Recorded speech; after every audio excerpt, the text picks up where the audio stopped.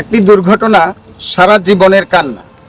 আর এই দুর্ঘটনার মূল কারণ সঠিক নিয়ম না মানা এবং আমাদের অসচেতনতা। দেখুন, অসচেতনতার কারণে সঠিক নিয়ম না মেনে হেলমেট ব্যবহার না করার ফলে এই লোকটির কি নির্মম নিষ্ঠুর পরিণতি।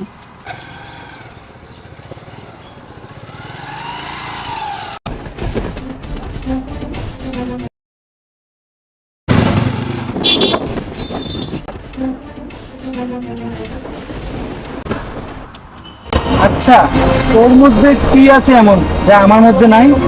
আমি ওর থেকে অনেক সুন্দর, দেখতে অনেক স্মার্ট, এবং তার বাইকের চেয়েও আমার বাইকটি অনেক সুন্দর, অনেক দামি।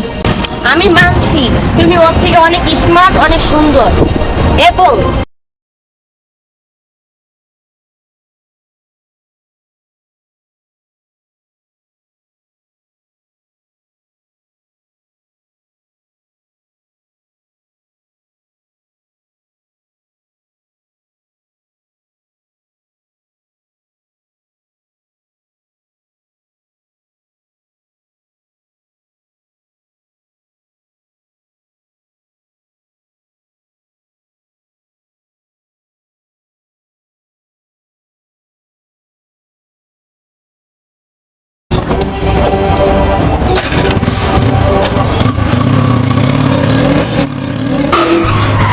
একটি দুর্ঘটনা আজীবন পঙ্গুত্ব বরণ কিংবা অপমৃত্যুর কারণও বটে। নিজ নিজ অবস্থান থেকে প্রথমে নিজে বাঁচি, দুর্ঘটনা এবং অপমৃত্যুর হাত থেকে নিজেকে রক্ষা করি। নিজে সচেতন হই এবং অন্যকে সচেতনতায় উৎসাহিত করি। অবদান রাখি পরিবার, সমাজ তথা রাষ্ট্রীয় কর্মকাণ্ড, পুলিশ, জনগণের কর্ম। তাই সহযোগিতা করি এই আইন শৃঙ্খলা রক্ষাকারী বাহিনী।